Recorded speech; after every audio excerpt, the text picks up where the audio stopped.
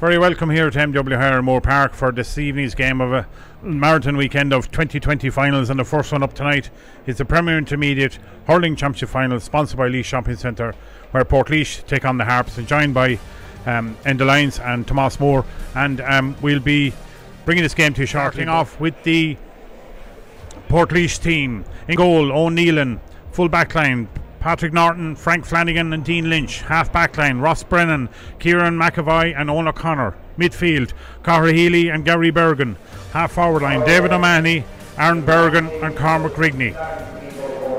Full forward line, instead of number 13 Tommy Fitzgerald, Eddie Critchley wearing number 17 comes in there. Full forward, Cathal Duggan, and the other corner forward is Cian Taylor. The Harps team line out as follows. In goal, Peter Walsh. Full back line, Gavin Dunn, Conor Dunn and David Doheney. Half back line, Fionn Whelan, Padraig Delaney and Padraig Dunn. Gone. Midfield, Kieran Comerford and Barry Dunn. The half forward line, James Duggan, Kieran Burke, and we're now led to believe that Pat Walsh is replacing Daniel Comerford in the half forward line for the Harps. Full forward line is John Brophy, Michael Lanigan and Owen Clancy. Tonight's referee for the match is John Lawler from Shannon. Standby referee Anthony Costi. Was it the case? But it's game on. I do see Cara Healy's gone in full forward. He's lined up midfield. I'm not surprised by that at all, Pat. So the Harps get on the way after winning the throw in, and it goes straight. And also we can see that there was a Kieran Comerford is further up the field than normal. Pops outside to James Duggan. Duggan the man with that, and he gets the first score of the game, and that's an introduction into to your first adult game or senior game, I suppose, for your club. Exactly, yeah. And what they're doing is they're putting him inside there. He's playing full forward last year, and can't imagine any different tonight. All right, on the 65. Try and get Portlaoise back on level terms. Strikes, bends and lifts and puts it, and umpires have no decision to make. Only the white flag goes straight up, and Portlaoise are back on level terms. A point each. And that's a lovely evening there. We're down Norton inside now too. O'Mahony, I think, coming in there in the corner. He's on his own there once or twice, well blocked aside by Padraig Dunn. Dunn gets onto it again. It's nicely scooped up by David Doheney. Doheney up the line again, waiting for it was Burke. Actually, that's Mick Lanigan, and he's going for a long range one again, and that's exceptional scoring for Mick Lanigan. I think that when the Harps are passing the ball, it's sharper. They're creating space with good passes. Portlaoise look a little bit laboured at the minute. Cahir's going to come into this ball, try to get Portlaoise on ball. And Healy's underneath. He goes hands out far, goes to ground. Well tackled, but off he goes. Well displayed by him into his teammate, and that's an excellent score by Duggan. Cathal Duggan, but that came from Healy's hard work. Well, Healy realised that they have to win the ball in the half forward line, and it's the critical part of a puck out. Behind him, Dean Lynch is on it now. Pops it aside to Gary Bergen. Bergen across to Cathal Duggan. Duggan puts it on full time. O'Mahony's underneath. Could he be his man? No, well dispossessed, but it drops to Eddie Critchley. Critchley, no, outside to Cara Healy.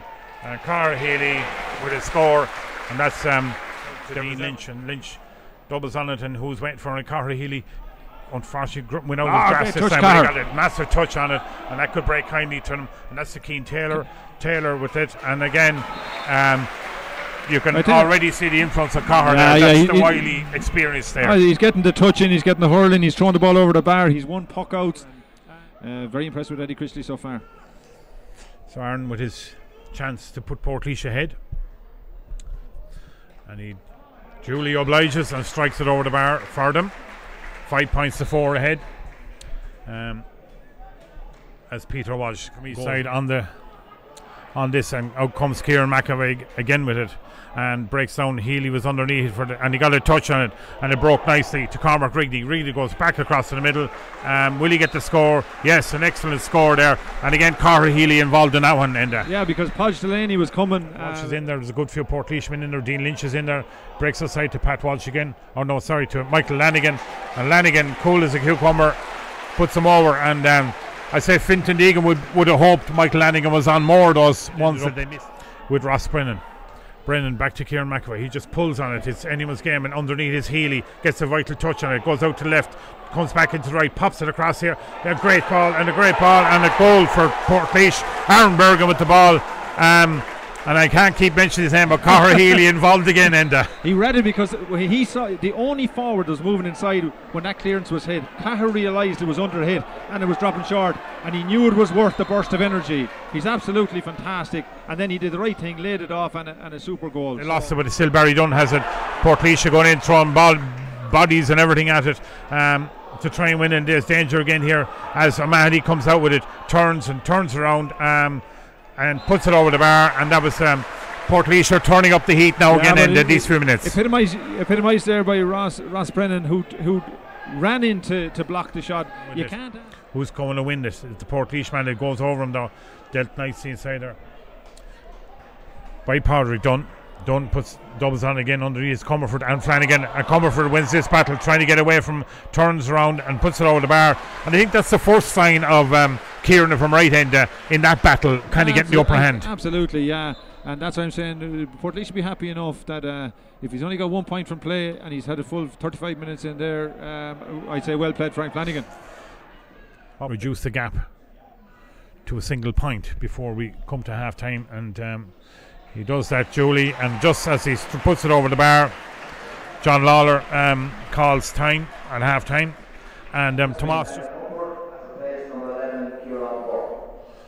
So as Aaron Bergen steps up to take this free, and he duly obliges, over the bar it goes, and they stretch out their lead to 2 points as Portlaoise now go 1 goal and 8 points. So Michael Lanigan takes up this right on the sideline, around 40, maybe 35 metres out, and he puts it straight between the posts, and the umpire no hesitation that way. So yeah, he'd be disappointed with his first one. The first touch of the second half was a free, and Clancy's underneath it for the Harps. It breaks out here, comes off the hurl of James Duggan. Duggan aside, a lovely ball to Clancy, who say goal. Clancy side to young Comerford. Kieran Comerford, he pops it across. Can you score on here? Out comes the Portlaoise men. They died with each other. James Duggan is there, and that's the penalty.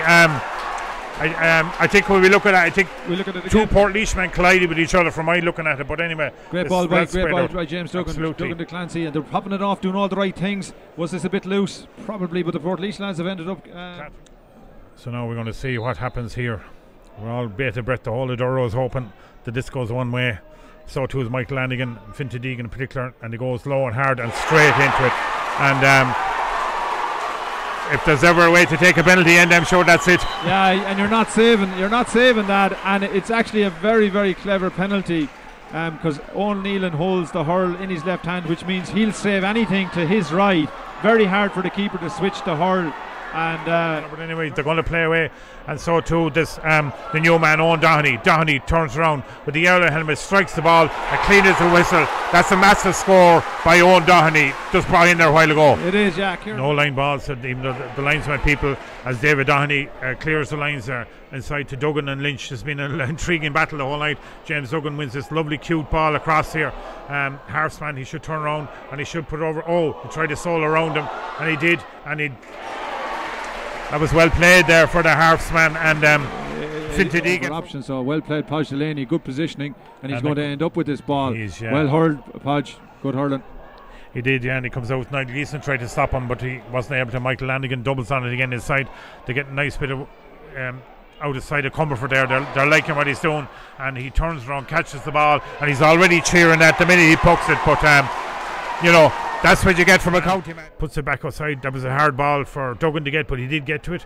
Comes back around, puts it on his right, has a go at it, and excellent score by James Duggan. And he hasn't been out of it. Rings the changes there, but it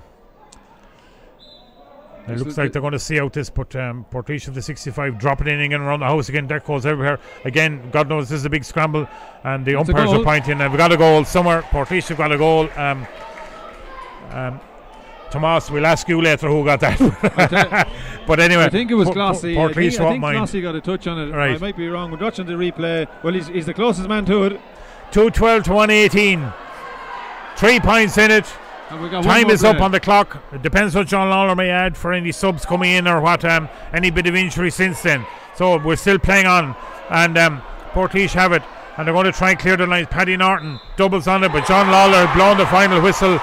And Fintan Deegan and the whole Harps team have held out on the scoreline of 2 goals to 12 points to 1 goal in 18. The goal in it at the end a goal that Portlaoise got really late in the dead, but